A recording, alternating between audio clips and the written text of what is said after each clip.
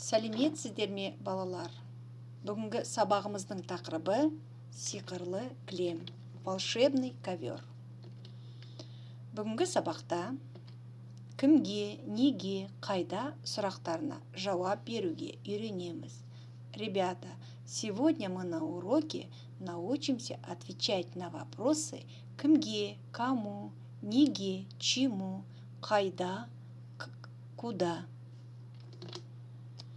Жаңа сөздер. Тыңдаймыз, қайталаймыз, жаттап аламыз, сөздік дәптерге жазамыз. Слушаем, повторяем, учим. Көне сарай, древний дворец. Сиқырлы, волшебный, кірпіш, кирпич. Кесене, мавзолей. Ескерткіш, памятник. Ребята, обратите внимание на произношение этих слов. Жаңа сөзді үйренейік. Попробуем составить словосочетание. Сөз тіркестер. Көне сарай, жаңа ескерткіш, әдемі кесене, қызыл кірпіш.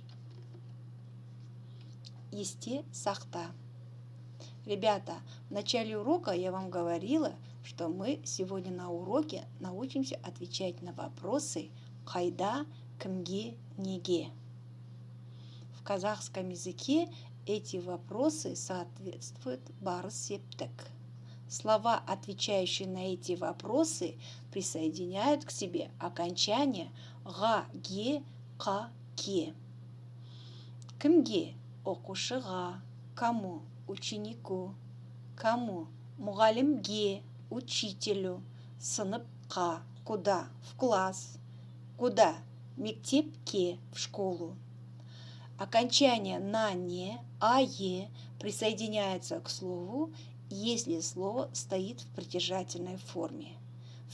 В первом лице и во втором лице к ним присоединяется окончание а-е. Анама, моей маме, әкеме, моему отцу. Ағасына, его, ее брату. Әжесіне, его, ее бабушке. Жазылым. Работу выполняйте в рабочей тетради. Қарашаның 18-і сиқырлы кілем, екінші тапсырма 97-ші бет. Сөздерді тиісті бағанаға жаз. Қайда, кімге, неге. Бірінші сөз бізде бала. Кімге? Балаға. Екінші сөз баласы. Кімге? Баласына. Баласы стоит в притяжательной форме, значит присоединяем окончание на. Его ребенку. Сарай, сарайға. Оқылым. Оқылым 98-ші бет 3-ші тапсырма. Тыңда, түсініп оқы. Бұнда сендерге мәтін берілген, суретті мәтін берілген. Здесь дан текст по картине.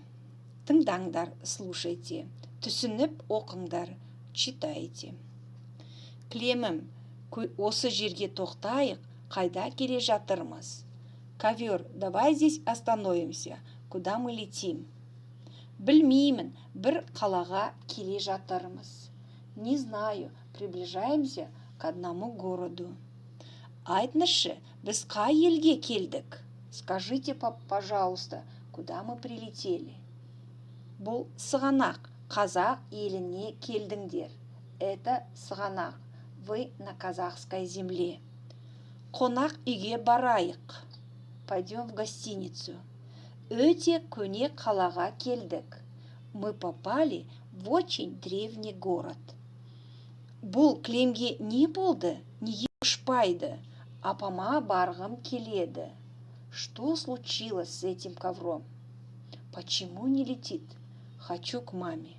Жүр, базарға барайық. Кілемге ақыл кіретін шығар. Пошли на базар. А тем временем ковер, наверное, одумается. Балалар, бұл мәтін не туралы? Иә, бұл мәтін сиқырлы кілем туралы. Да, это рассказ про волшебный ковер. Жақсы. Төртінші тапсырма, 98 бет.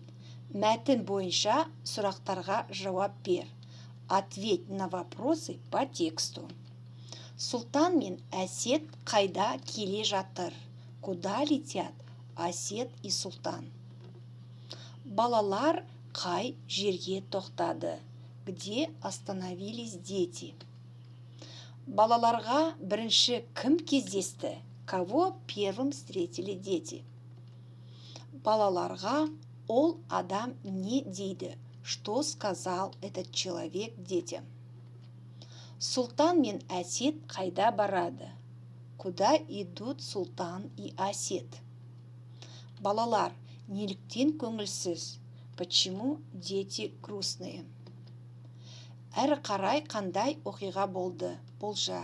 Предположите, что будет дальше. Ребята, отвечаем на вопросы устно и отправляем голосовое сообщение учителю. Кері байланыс. Түсіндім, понял.